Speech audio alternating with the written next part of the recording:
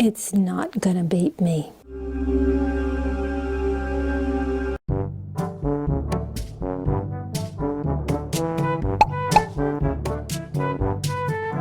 Hey everybody, it's me, Margaret, and yes, I know that's improper grammar, but apparently I like alliteration.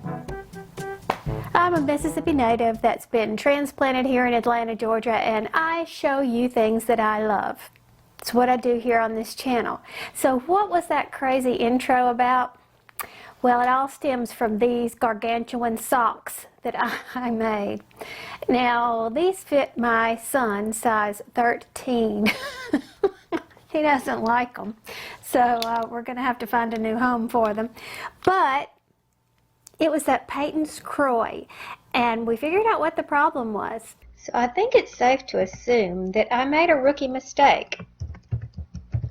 In the comments about last week's video of my gargantuan socks, so many people pointed out that this Kroy, the Patons Kroy yarn, is larger. It's a heavier yarn than your typical sock yarn.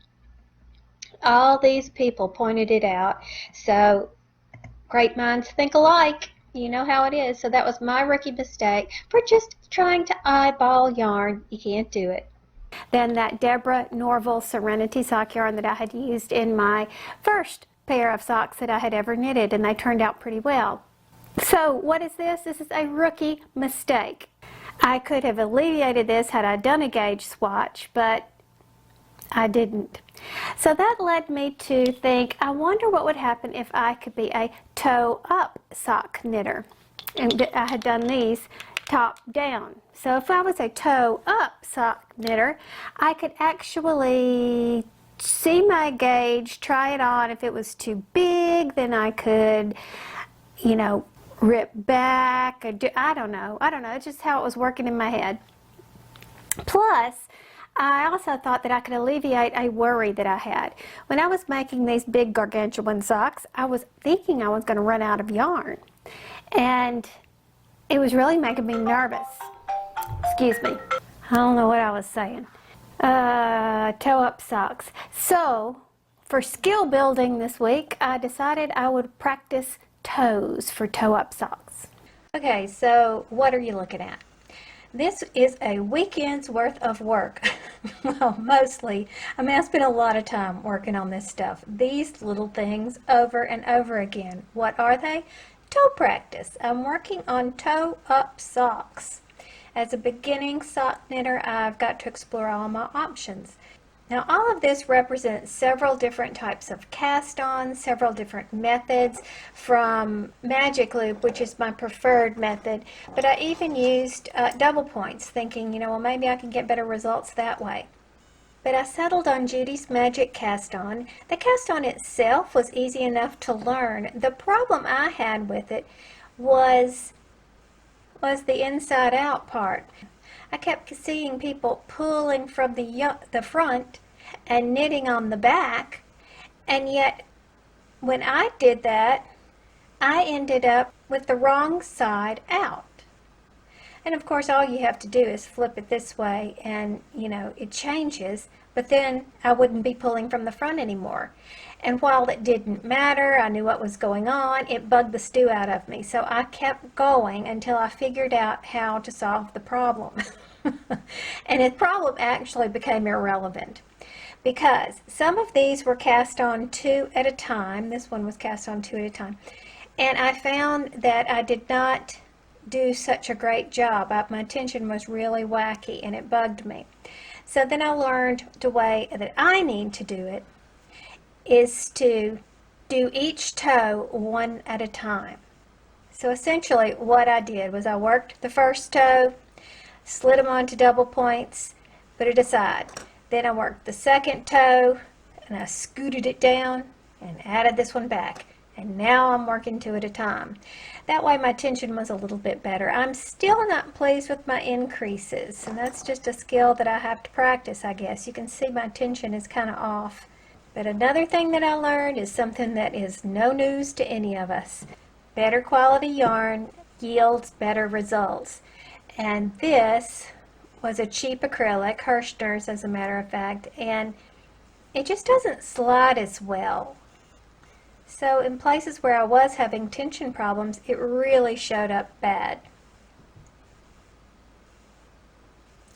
And I was about to throw in the towel thinking that I was just the pits and there was no hope for me, when it dawned on me, go get some better yarn. And this is a wool blend. Now it's still something I bought from the big box stores on a great sale, as a matter of fact, but you can see that it is 65% acrylic, 35% wool, and it just makes up so much better. And it works, it just feels better. So, as we always know, quality supplies yield better results. Now another reason why I kept trying socks over and over again, different types of toes and cast-ons, and none of these are wrap and turns, by the way, because I don't feel like I'm ready for that. But regardless, I really was looking for a more rounded toe.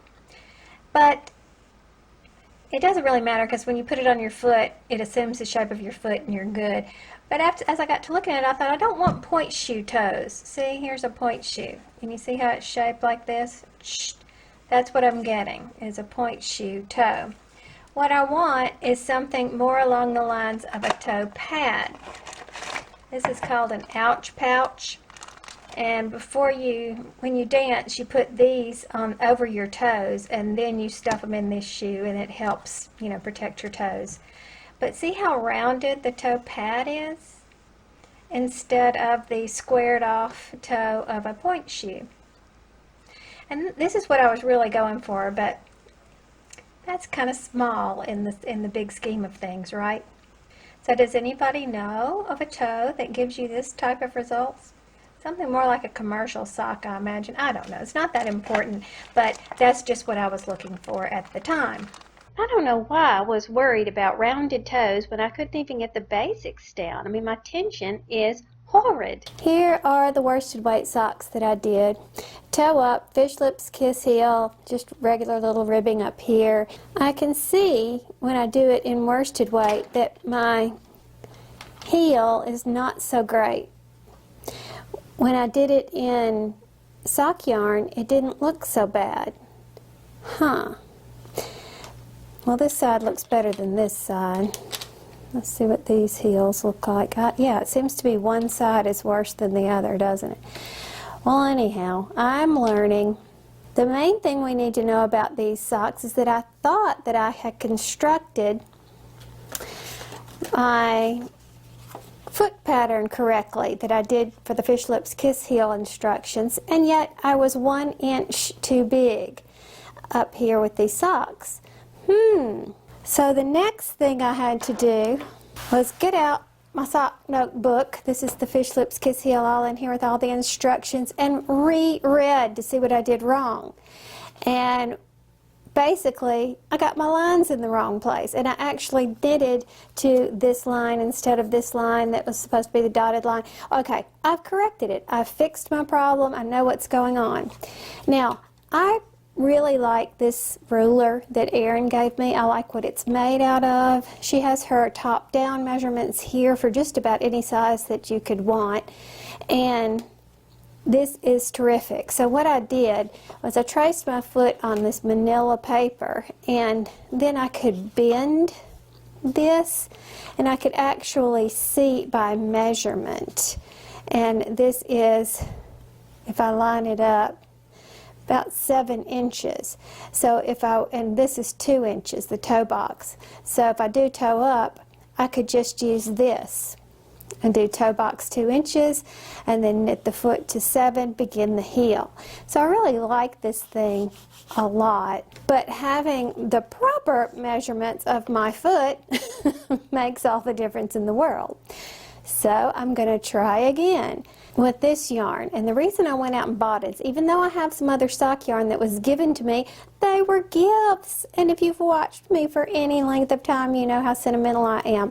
I don't want to screw up my gifts, so I'm practicing on this. And then after I feel a little bit more confident, then I'll pull out my nice yarn that was given to me by dear friends. So by practicing these socks with worsted weight, I could see some issues that I have. I need to practice heels more often. So I think the best thing for me to do is merely continue to practice. I think that's the key thing.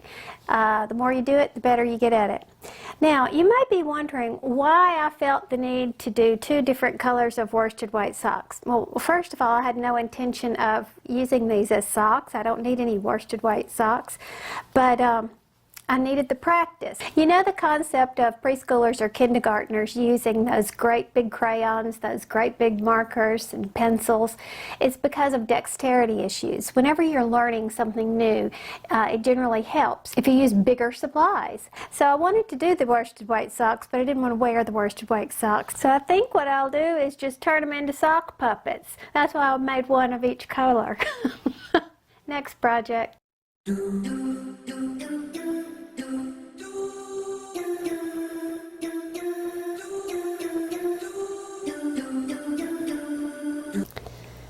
The gargantuan socks were Patons Kroy, but FX. Do you see that little FX down at the bottom? What does that mean? I have no earthly idea. This sock yarn is Patons Kroy, but there are no FX indications anywhere on this thing. So how do they differ? I don't know. So I'm getting ready to cast these guys on. I'm checking to make sure my lot numbers are the same, and they are.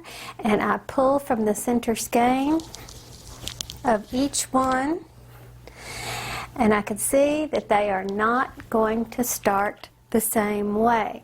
So using my scientific research skills, I know that I'm going to lay this out to determine the pattern, and I'm going to chop them off so that they start the same. So I pulled out the first few yards just to determine what the pattern was, and then, okay, so I am going to hold it to where they match. It goes gray and then blue, and then I'm going to slide it to see what the next color is. And the next color comes up pretty much the same. Looks like I just need to get rid of all of this from one of them and start at the same place. Look at me sounding like a professional sock knitter. So I've started my Patons Kroy socks, and I've implemented my plan of doing them 2 at a time, but not the toes. I'm doing the first toe on magic loop, transferring it to double points, beginning the second toe here, but I have a new problem. And what? That's Bentley. And that problem is that my gauge appears to be very tight when I do toe up, but I noticed that to be true on the worsted weight socks. So I have right now 64 stitches. But I have not reached my 2-inch mark that I need to do. I would have even more stitches. So is that going to make gargantuan socks again? Because apparently my gauge will loosen up when I go up the leg, judging from what happened with the worsted weight socks. So I don't know. I don't know. So I guess we'll find out. Look what happened. My Knitter's Pride Cubics needles that I love so much. They didn't break on their own. I stepped on it. Yep, it was sitting on the ground and it had something over it. I didn't realize it, and I stepped on it and I just broke it right off. So I've ordered myself another set, which were number 8 5mm tips. So those ought to be coming in the mail soon. I love these things. Now here's another cute little thing that I did. It's a little gnome. Can you see him? And this came from With Alex. I don't know if you've ever seen her channel. She does not only yarn but cooking and other things like that, but she's also a member of our Sheepishly Sharing Facebook group. And when she did these, I fell in love with them because it's so much like, it's the same style gnome as the wreath that I did for Christmas this year. And it also happens to be the gnome or representative of the gnome from the Swedish culture. And I told you my husband's name, Olander, and his family is Swedish or whatever. So anyway, I thought it was adorable. Now, I thought Alex's came out a lot better than mine, so I'm going to have to look more closely at what she did. But she also had those store-bought tiny palms. And I had to make mine because I didn't have any of those. So I used the smallest clover palm maker, which gave me this size. And as you can see, that's entirely too big. And then I just cut it down. But aren't they cute? So I have to figure out exactly what I did wrong. I think I sewed mine on too tightly here because I've got indentations on either side. And I don't know. But hers are precious. So I thought somebody might be interested in doing those for next Christmas. Now, our move to Atlanta last May really put a dent in my charity work. And you know that I'm primarily a charity knitter and crocheter. It's just what I like to do. It's just fast things, usually hats. And I have got to find me my local place, the one that I want to donate to now that we've moved here in this area. But that's not going to stop me from going ahead and keeping some sort of donation project going at all times. And this is one of those super bulky scrap hats that I have a tutorial for and the written pattern. I'll put a link somewhere for you to find and in the description box below. And these are just the funniest little hats to me. They have taken off like wildfire. Not only do people like to do them, probably because they're easy and because you can use your scraps, but the donation lady told me that these are the first to go. And we think, well, besides the character hats, because people love the character hats first, but we think it's because they're so thick and warm, because you're using, you know, up to 4 strands of yarn together. They're so thick and warm, and then of course they're colorful, and I love things that are colorful. Now granted, these are the more muted tones.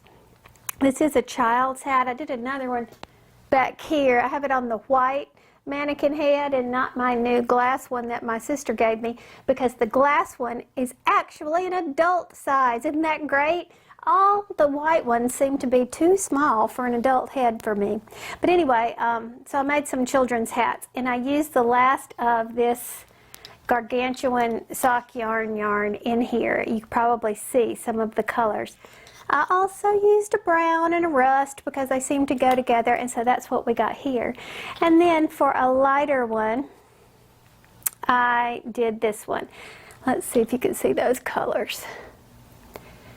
So I enjoy using my scraps. I get a thrill out of using my scraps for different projects. It's a challenge for me. But if you are not a person who likes to mess with those open skeins or whatever, if you're looking for a place to donate them, my friend Sister Margaret Mary, who is a subscriber, has been forever. I've actually met her in person, but she has she's a music teacher in Kentucky, and she also has a crochet club where she's teaching kids about the fiber arts, and she takes all of those donations. So I'm going to put the mailing address in the description box for anybody who's looking to get rid of those things. They will be more than welcome in Kentucky.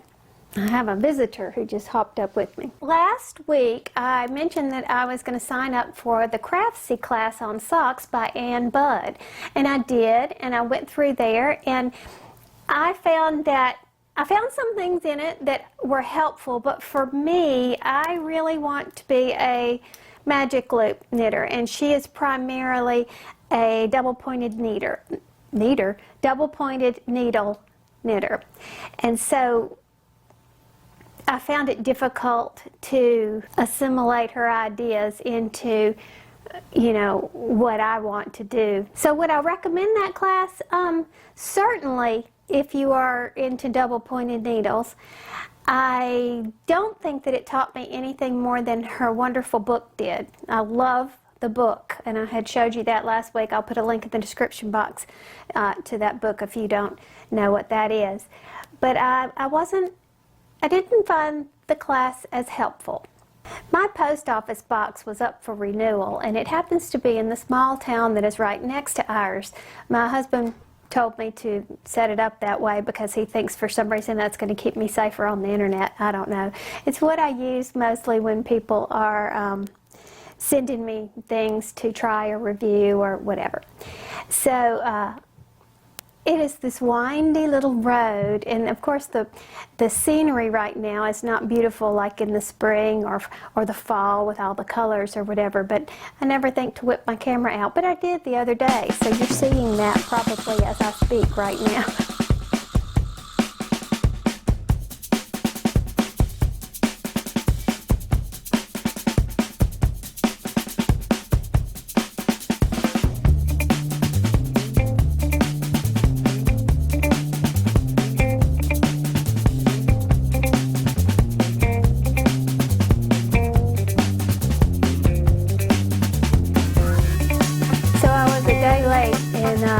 Renewing my post office box, and they put this little plastic thing on it so that my key wouldn't work, so I got in trouble. Not really, I didn't get in trouble. They didn't even charge me a late fee, but I love to go to that tiny little post office. There's never a line because it's a small town or whatever, and I just love it. So that's one of the smartest things I've done.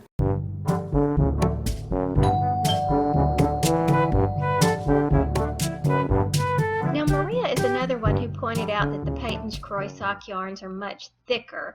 And she goes on to explain about how she crochets her socks, and she uses a template for her foot. Now, I was trying to do that too with my fish lips kids heel instructions, and of course I think I messed that up. But let's move on and tell you the real thing I wanted to point out. She shares that there's an Etsy store called Burning Impressions 2, which will make a wood template of your cutout, complete with the measurements burned in, called the footsies, I think you call that. So those of you who use a cardboard cutout on a regular basis may want a more permanent tool to use in your sock knitting and crocheting. So thanks, Maria. All of us yarn crafters are going to love this. Mary was at Goodwill and she rescued this gorgeous blanket for $2.50. Look what she says. Just wanted to share my luck. Thank you, anonymous crochet master. We can all relate to this. Now, there's a large number of our flock who knit and crochet for charity, but here's a couple with some creative displays for their donations, which worked out well at their organizations. Linda Crazy for Yarn's daughter decorated a tree with mittens, scarves, and hats. And Ruche 4, I think that's how you say that, created a garland by clipping hats to yarn and hanging it in the room. And these are just rather festive ways that people could choose their gifts. I love this. If you want to interact with any of these smart people, you can find them in the YouTube comment section, the Facebook group, the Ravelry group, or my blog, and all the links are in the description box below.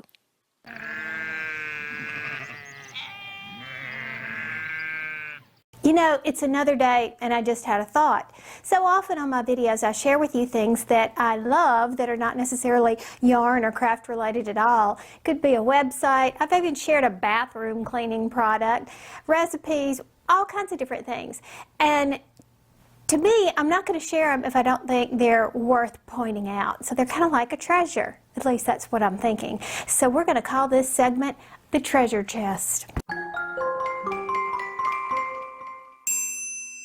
Now this site is truly a treasure. It's called thescatteredsquirrel.com, and it's full of free printables for your personalized planner. Now she gives you the option to order it, and I'm a little confused about what that is because every one of these wonderful pages can be printed.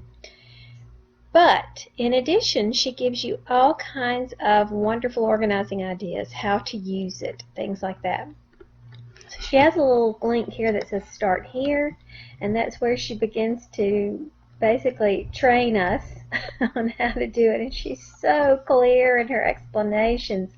She starts right here. Links are bold, peachy text like this. I am a link. But it's really, really handy.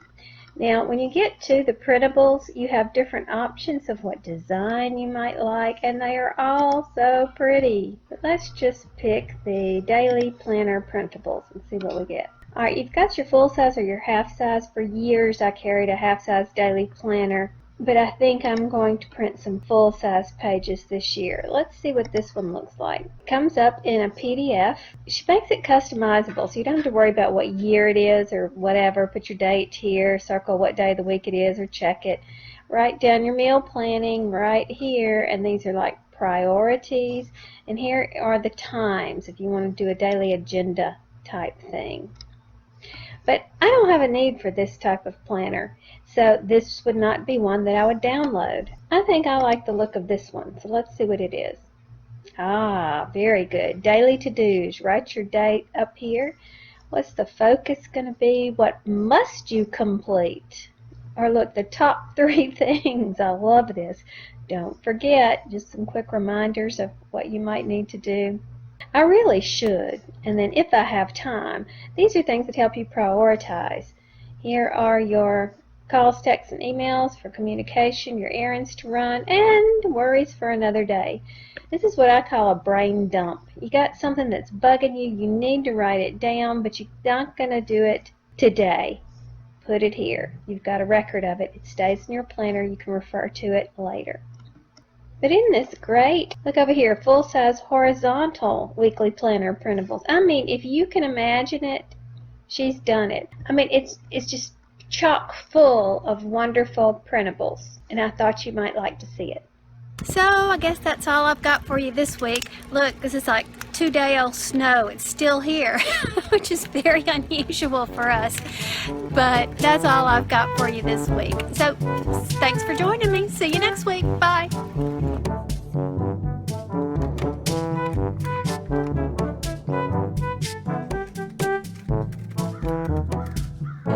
Crunchy.